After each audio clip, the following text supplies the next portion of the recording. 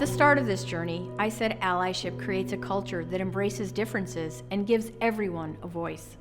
I also said allyship acknowledges the inequalities of our world, and it seeks to correct them through awareness, connection, and intentionality.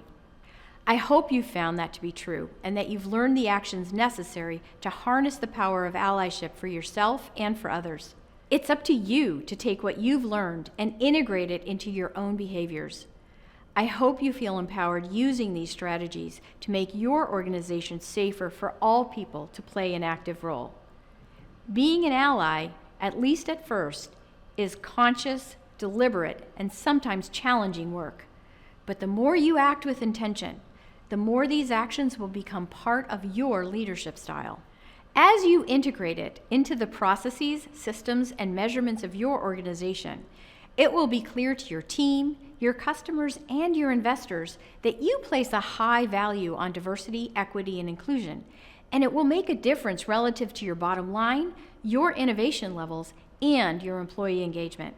My final story, as we conclude our journey together, is from my friend Dean Armentrout. Here is Dean's story.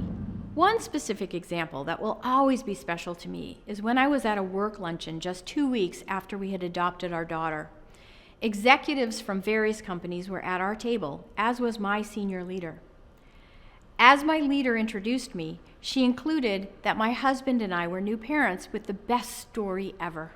As a backstory, I'm a gay man, and while I'm comfortable in my own skin, I'm always nervous about the reaction I get when I'm in a work setting and it's the first time I need to explain that I'm gay.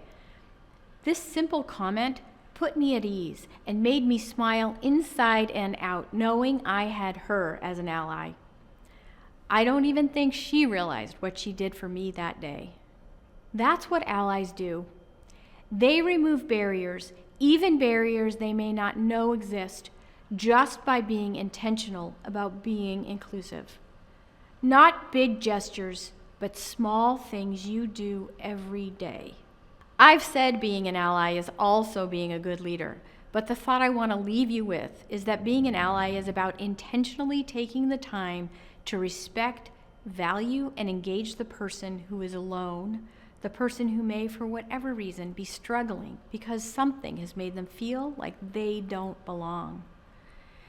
Allyship is about empowering them by saying they are valuable, they are important, and your workplace is better with them in it.